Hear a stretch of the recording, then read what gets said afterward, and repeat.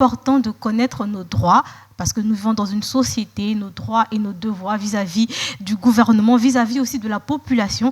Et c'est à cette occasion, nous avons reçu 2 experts lors de notre première émission de l'ACATSI. Nous avons parlé des droits de l'homme, mais surtout de leur implication au niveau des détenus, de leur implication au niveau des tortures qui sont faites au niveau des prisons. Ils ont répondu à nos questions. Et aujourd'hui, nous recevons le président de l'ACATSI, M. Kwadjo Paul, avec qui nous avons parlé de leurs projets, de leurs actions et surtout qu'est-ce qu'ils attendent du gouvernement et leurs actions à mener dans les jours et bien sûr dans les années à venir.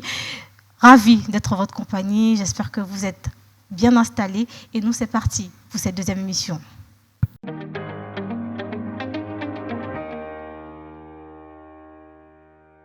Monsieur Kwadjo Paul, président de l'ACATSI, est notre invité pour cette 2e émission.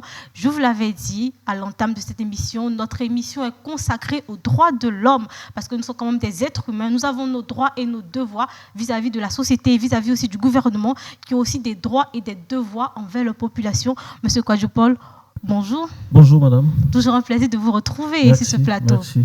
Alors avec vous, lors de la première émission, on était avec monsieur Bilé Eugène. On a parlé de vos activités. Même si nous n'avons pas assez décortiqué vos projets et tout, mais cette seconde émission est consacrée surtout à vos activités, à vos projets, parce que vous êtes une ONG quand même qui milite. On va quand même dire vous êtes une ONG qui milite pour les droits de l'homme. On doit saluer quand même vos actions vis-à-vis de la population et vis-à-vis des détenus. Déjà, vous êtes président. Comment vous sentez en tant que président de l'ACATSI? Bon, être responsable d'une ONG, c'est la même chose qu'être responsable de toute autre association. C'est une responsabilité et donc tu te dois d'agir, de mener à bien les objectifs de l'organisation. C'est le cas principalement de notre ONG, l'ACAT Côte d'Ivoire, je crois que vous l'avez dit tantôt, qui est l'action des chrétiens pour l'abolition de la torture. D'accord. Et donc, nous dirigeons l'ONG comme l'a fait mes prédécesseurs, avec la grâce de Dieu, puisque nous, notre soutien premier, c'est le Saint-Esprit. C'est le Christ. On espère que les choses iront mieux et en tout cas, ça va de mieux en mieux. Voilà. Déjà, quand vous avez été nommé président, il y a eu quand même vos précédents présidents qui étaient présents. Déjà, vous, en tant que président, quels sont vos projets, vos activités que vous avez mis en place? D'accord. Bon, je précise que je n'ai pas été nommé, mais j'ai été élu. Élu, ok, d'accord. Voilà, qu'on choisit le président. À l'unanimité, vous avez fait tout le monde vous a voté. Est-ce que vous êtes un bon président? On va le mettre. Non, en autre il y a quand même la démocratie. Tout le monde ne peut pas être parfaitement d'accord avec un choix. Mais bon, c'est la majorité qui l'emporte. D'accord. Voilà. Et donc, nos projets, il faut dire qu'il y a des projets que j'ai trouvés. D'accord. Il y a des projets aussi qui sont venus pendant que je suis là, mais c'est la continuité. D'accord. La continuité. Vous allez voir que il y a un projet que nous menons actuellement qui a été qui est en cofinancement avec le projet pour lequel nous sommes ici, mais qui a commencé depuis le temps où le président Bilé, qui était là sur le plateau, était là. Et ce projet continue aujourd'hui. Voilà, pour dire que c'est vraiment la continuité dans nos actions. Est-ce que c'est le projet RADA que nous voyons juste sur notre prospectus? C'est le nom qui a changé. Oziwa nous finance depuis très longtemps. D'accord. Oziwa nous a financé une première fois et aujourd'hui Oziwa nous finance encore. Et cette fois-ci, on a changé la dénomination du projet qui est RADA. RADA, c'est renforcer activement les droits des détenus et puis assurer leur réinsertion sociale. D'accord. Voilà. C'est un projet qui est fait pour 2 ans. D'accord. Nous sommes pratiquement à la fin de ce projet-là. Alors, dans le projet, il y a plusieurs phases. La phase principale, c'est le monitoring des lieux de détention, c'est-à-dire des prisons. Le projet couvre 7 prisons. D'accord. Pas toutes les prisons de Côte d'Ivoire. Nous sommes aujourd'hui à près de 40 prisons en Côte d'Ivoire, mais les moyens ne permettent pas d'aller sur toutes les prisons. Mais le projet couvre 7 prisons. Il y a la Maka, l'Est-Maka, qui est devenue PPA maintenant. Il y a la prison de Soubré, la prison de Boaké, la prison de Daloa, la prison de Mans. Voilà.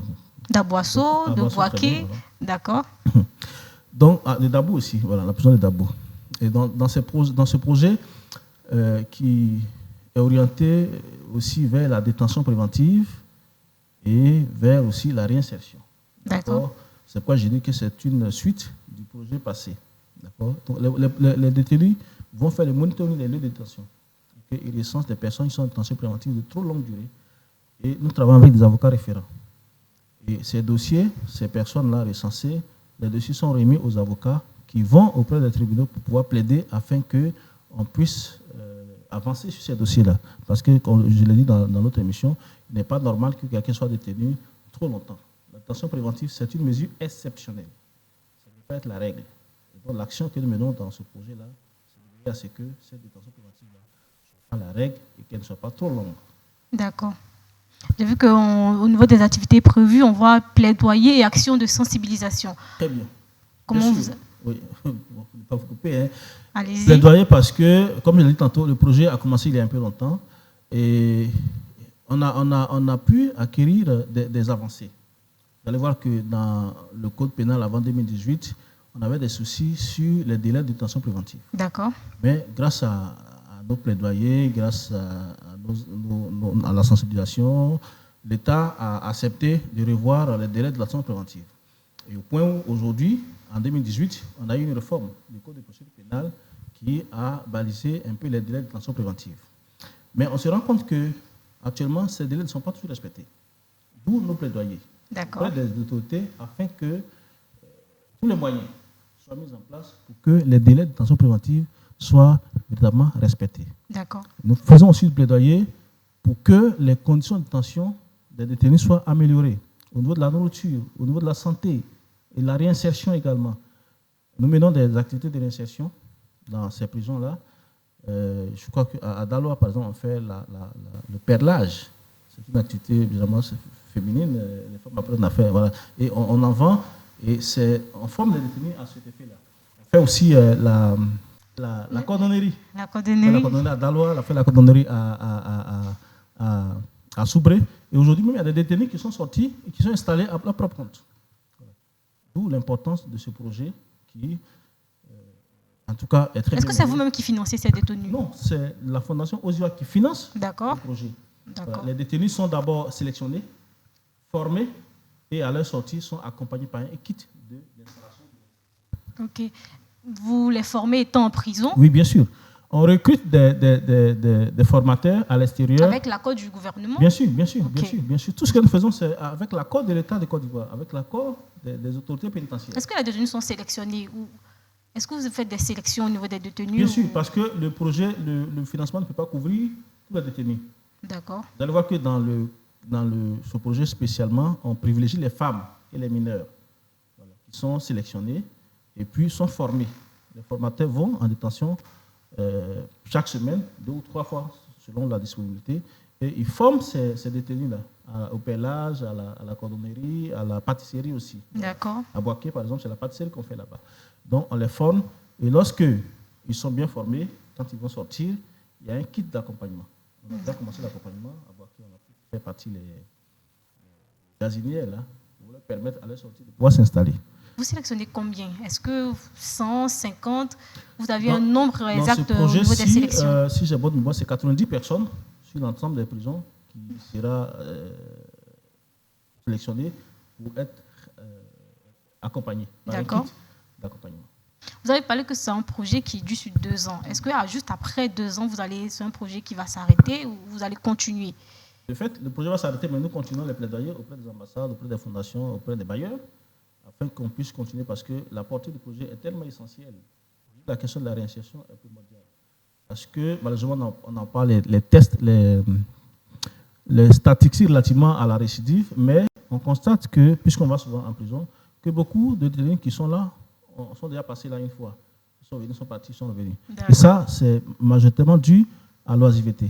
Parce que vous allez voir qu'à 80%, 70 à 80% des détenus sont des personnes oisives, qui n'ont pas de qualification professionnelle. Donc, il est bon qu'on prenne les taureaux par les cornes en les formant étant en détention. D'accord. Espérant qu'à leur sortie, s'ils ont un accompagnement, ils puissent travailler, se nourrir et éviter de devenir... Dans le projet, au niveau des activités prévues, on a parlé des plaidoyeries, des actions et de la sensibilisation. Alors, je vois aussi un suivi psychologique.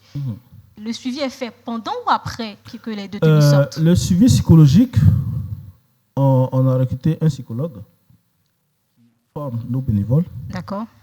Et lorsque les bénévoles vont dans les prisons, ils vont aussi former, vont avec la qualification psychologique, pas beaucoup, mais ça leur permet de pouvoir aider les détenus qui ont des soucis psychologiques, qui sont dans le stress, l'angoisse, pour les remonter.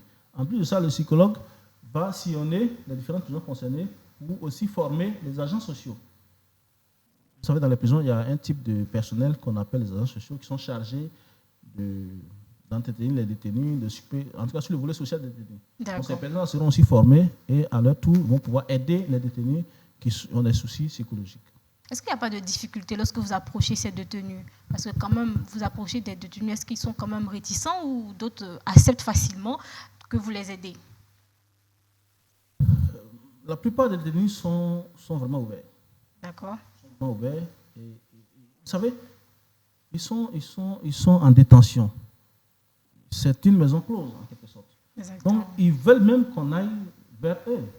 C'est pourquoi la loi fait obligation à l'État de permettre à ce que les proches et même d'autres personnes puissent quotidiennement rendre visite aux détenus. C'est important. Voilà. Donc, c'est rare que tu vas voir un détenu se rebeller ou se rétracter de la vue d'un visiteur. Non, au contraire, ils veulent bien causer, expliquer un peu la situation, voir comment est-ce qu'on peut les aider, tout ça. C'est vraiment rare de voir un détenu repousser un visiteur de prison. Au niveau de votre projet, est-ce que vous avez des organisations qui vous accompagnent dans votre démarche? Oui, bien souvent, on travaille en synergie. Les organisations de la société civile, on travaille en synergie. Quand nous avons des ateliers ou quand nous avons des séminaires, on invite d'autres organisations de la société civile qui nous assistent. Et même bien souvent, si on n'a pas la possibilité de se rendre dans telle prison et que telle organisation y va, on pourra, par cette organisation, avoir des informations dans cette prison parce qu'on n'a pas les moyens suffisamment pour pouvoir couvrir toutes les prisons de Côte d'Ivoire. Nous travaillons avec d'autres organisations de la société civile, nous travaillons aussi avec des directions des différents ministères.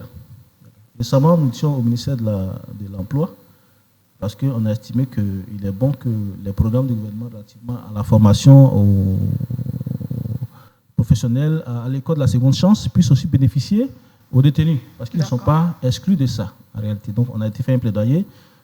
Nous pensons qu'ils nous ont bien écoutés et que dans leur politique, ils vont voir comment est-ce qu'il faut aussi adapter cela aux personnes qui sont en détention. Est-ce que vos sensibilisations aussi concernent la population? Oui, absolument. Absolument. Nos sensibilisations concernent aussi la population. Parce qu'il est bon que la population comprenne que ceux qui sont en détention, c'est aussi des personnes qui ont des droits et qui ont aussi de la dignité. Le seul droit qui est dénié aux personnes qui sont en détention, c'est qu'ils ne peuvent pas sortir, venir comme nous on le fait ici. Exactement. À part ça, ils ont le droit à la santé, ils ont le droit à bien se nourrir, ils ont le droit à bien se loger, ils ont le droit de recevoir des visites, le droit de communiquer avec leurs proches. D'accord? Donc, nous portons cette sensibilisation à la population, aux personnes qui ont des parents qui sont en détention, de ne pas les abandonner. Parce que c'est un moment d'amendement. Quand ils vont sortir, il faut s'approcher d'eux, il faut leur apporter de l'amour, parce que tout ça peut les faire changer. Mais s'ils sont abandonnés, vous voyez que là, livrés à eux-mêmes, ça peut empirer la situation. Parce qu'il y a des personnes qui rentrent en prison parce qu'ils ont commis une erreur inconsciemment. Mais ils sortent bandits, parce qu'ils côtoient là-bas de grands bandits. Donc il est bon que les parents qui ont des personnes en détention, même pas des parents, mais de tout individu, et surtout les chrétiens, la Bible nous recommande de rendre visite aux détenus. Donc, et vous allez voir que dans nos communautés, généralement, il y a des associations, des groupes qui ont des programmes de visite des prisons. Et ça, c'est une mission que le Christ nous a confiée. Donc, cette sensibilisation également porte sur ces personnes. Il est bon aussi que les parents des détenus, comme les détenus aussi, connaissent un peu la procédure judiciaire, la procédure pénale. D'accord. Parce que bien souvent, il y a des choses qui nous échappent. Exactement. Voilà. Un détenu qui est là-bas pour un vol peut bénéficier d'une assistance judiciaire. Et ça, l'État, il y a un budget qui est là.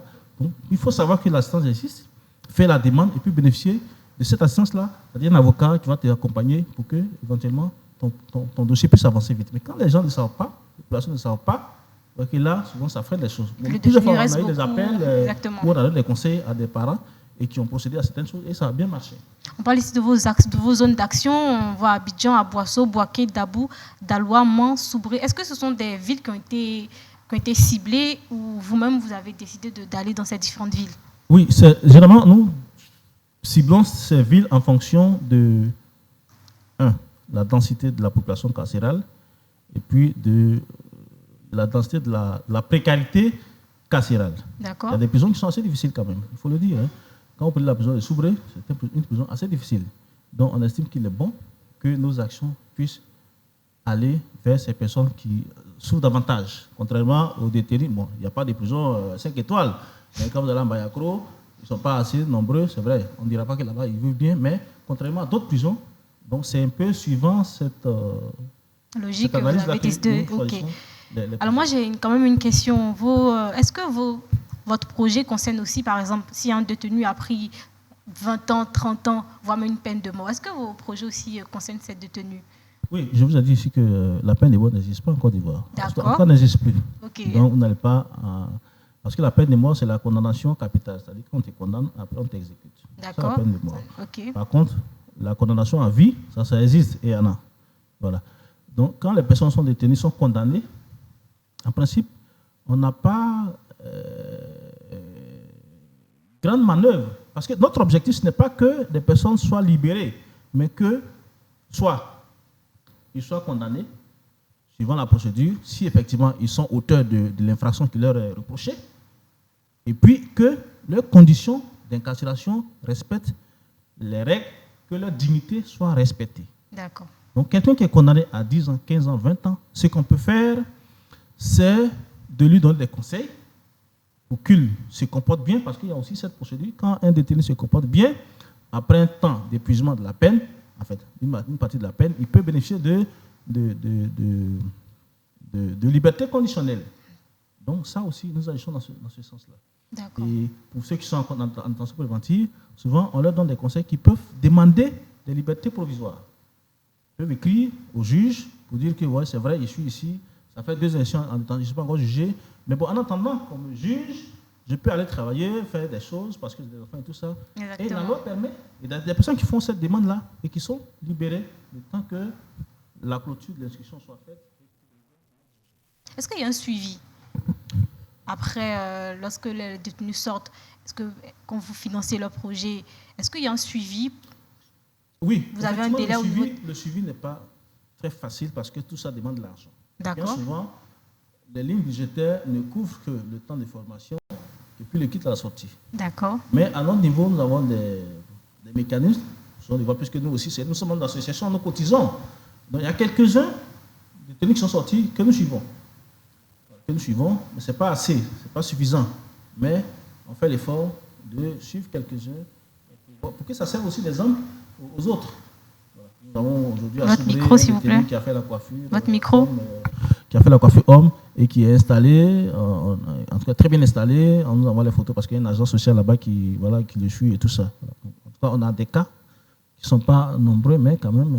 Ils sont quand même assez... Voilà. On va quand même saluer vos actions parce que vous aidez quand même tous ces détenus-là. Est-ce que pour eux, ce n'est pas quand même difficile de sortir d'une prison, de revenir, de s'insérer au niveau de la société? Vous avez parlé aussi de l'aspect psychologie, il y a aussi le mental. Est-ce que pour ces détenus-là, est-ce que ce n'est pas difficile de rentrer dans une société qui vont peut-être les juger? Oui, absolument. C'est très difficile d'ailleurs. C'est très difficile, mais la difficulté vient de la société qui va les recevoir. D'accord. Parce que vous savez, la question de la prison est tellement culturelle dans nos esprits. Quand quelqu'un sort de prison, automatiquement, il est vu comme... un danger. Un danger, un danger, en guillemets, on peut le dire. Pourtant, ce n'est pas comme ça qu'on doit le voir. D'accord. Le détenu qui sort de prison doit être reçu, doit être aidé. Vous allez voir que bien souvent, quand tu sors de prison et que tu déposes des demandes d'emploi et autres, ces personnes-là, bien souvent, ils sont un peu mal regardées. Justement, c'est qui aujourd'hui retarde une initiative noble du gouvernement dans le nouveau code de procédure pénale dont j'ai parlé en 2018. On a instauré un système qu'on appelle le travail d'intérêt général. D'accord. Les détenus qui sont condamnés pour certaines infractions peuvent, au lieu d'être en détention, travailler. D'accord. Et souvent, ce problème de regard de la population sur les détenus fait que les choses sont en train d'avancer, mais ce mécanisme n'est pas véritablement en place. Et ça ne fonctionne pas vraiment actuellement. Voilà. Et aussi, lorsque le détenu sort, bien souvent, quand on les forme, à sa sortie, s'il n'a pas terminé la formation, on peut demander à ce qu'il intègre une structure, un atelier. Bien souvent, c'est difficile, parce que les gens se méfient d'eux, ce qui n'est pas bien. Il ne faut pas que la population, la communauté regarde le détenu comme quelqu'un qui ne va jamais changer. D'accord. Bien souvent, la prison transforme positivement. Exactement. On connaît des gens qui ont fait la prison, mais qui sont quand même devenus des cadres. Voilà. Exactement. Alors, moi, j'aimerais savoir, les détenus qui sortent de prison et qui reviennent encore une fois en prison, est-ce que ces détenus-là, vous les suivez encore une fois ou... Oui, il n'y a pas de distinction. C'est vrai que sur le plan juridique, il y a des situations un peu spécifiques pour ces personnes-là. Mais nous, à notre niveau, l'assistance, elle est la même pour tout le monde. Que tu sois récidiviste 5 fois, 6 fois ou 10 fois, mais nous les assistons. Parce que le Christ nous a dit, tant qu'on peut, prier sans cesse. D'accord? Et c'est comme nous-mêmes sommes. Les infractions qui font que des gens vont en prison, c'est la même chose que le péché. Et il y a des choses qu'on a fait, qu'on devrait se retrouver en prison, mais peut-être que nous, on a fait, mais... Personne ne sait. On n'a pas vu, au fait. C'est pas dans la liberté. Si, lorsque tu commets une infraction qui est passible de peine d'emprisonnement, tu dois automatiquement te retrouver en prison, mais nos prisons seraient pleines. Exactement. Donc, on les reçoit toujours, on leur donne toujours des conseils, on les sensibilise, et certains changent. On ne va pas dire que comme ça fait 2 fois qu'il vient en prison, donc lui, il n'y a pas de solution pour lui, non. Président Kouadio Paul, sincèrement, moi je suis tellement ravie de vous avoir reçu sur ce plateau lors de la première émission avec le doyen Billy Eugène, et encore une fois avec vous, vous avez décortiqué, vous avez parlé un peu de votre projet, le projet RADA. On espère que c'est un projet vraiment qui va aller à une bonne conclusion, mais déjà, est-ce que vous avez un message que vous voulez porter à l'attention des téléspectateurs, à l'attention du gouvernement, des associations qui nous regardent? Oui, nous voulons d'abord dire merci à nos différents bailleurs, à commencer par Oziwa, qui permet que nous puissions passer à la télévision et puis sensibiliser l'opinion publique. D'accord. Dire merci aussi à la délégation de l'Union européenne qui cofinance ce projet. Et l'appel que nous lançons, c'est à l'endroit de beaucoup de personnes, et de l'État, et des détenus, et des parents détenus, et de l'Église. D'accord. D'accord. Je vais commencer par l'Église parce que la Bible nous recommande de ne pas oublier des personnes qui sont en détention. Donc c'est un appel que nous lançons à l'Église. Déjà, dans les communautés, je sais qu'il y a des organisations qui sont faites, et il y a de l'assistance qui est faite de façon parsemée aux détenus. Mais nous voulons dire qu'il y a une ONG qui existe, qui est reconnue par l'État et qui travaille au quotidien pour ces personnes-là. Et donc, quelquefois, s'ils ont des difficultés ou bien s'ils ont des dons à faire, ils peuvent nous contacter. Et puis ensemble, nous allons faire le travail. On a déjà commencé un vaste programme de sensibilisation des églises. On a commencé par une église. Nous allons continuer ça, en tout cas jusqu'à la fin de l'année. On va passer dans les églises pour la sensibilisation. Nous voulons aussi demander à l'État, il fait beaucoup, mais de continuer de faire des efforts parce que les prisons, la vie est assez difficile. C'est difficile. Et donc, on demande à l'État de faire des efforts, surtout sur la santé de nos détenus, sur la nourriture, et aussi de veiller à ce que les procédures judiciaires soient un peu accélérées pour éviter les cas de détention préventive de longue durée et de là à décongestionner un peu le taux de supération qui aujourd'hui est à près de 300%. Voilà. Donc, c'est un peu l'appel que nous lançons. Et même à toute la communauté de te souvenir de ces détenus. Parce que c'est des personnes, lorsqu'ils sont en prison, c'est vrai, ils sont là-bas, mais leur amendement, leur resocialisation est important pour la société. D'accord. Parce que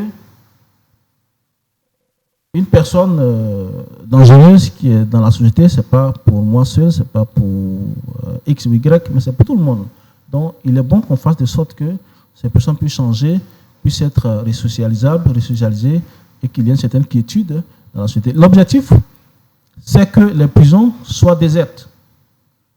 C'est vrai que ça ne sera pas facile, mais en Europe, il y a des prisons qui sont fermées à cause d'une bonne politique, une bonne politique pénitentiaire. D'accord.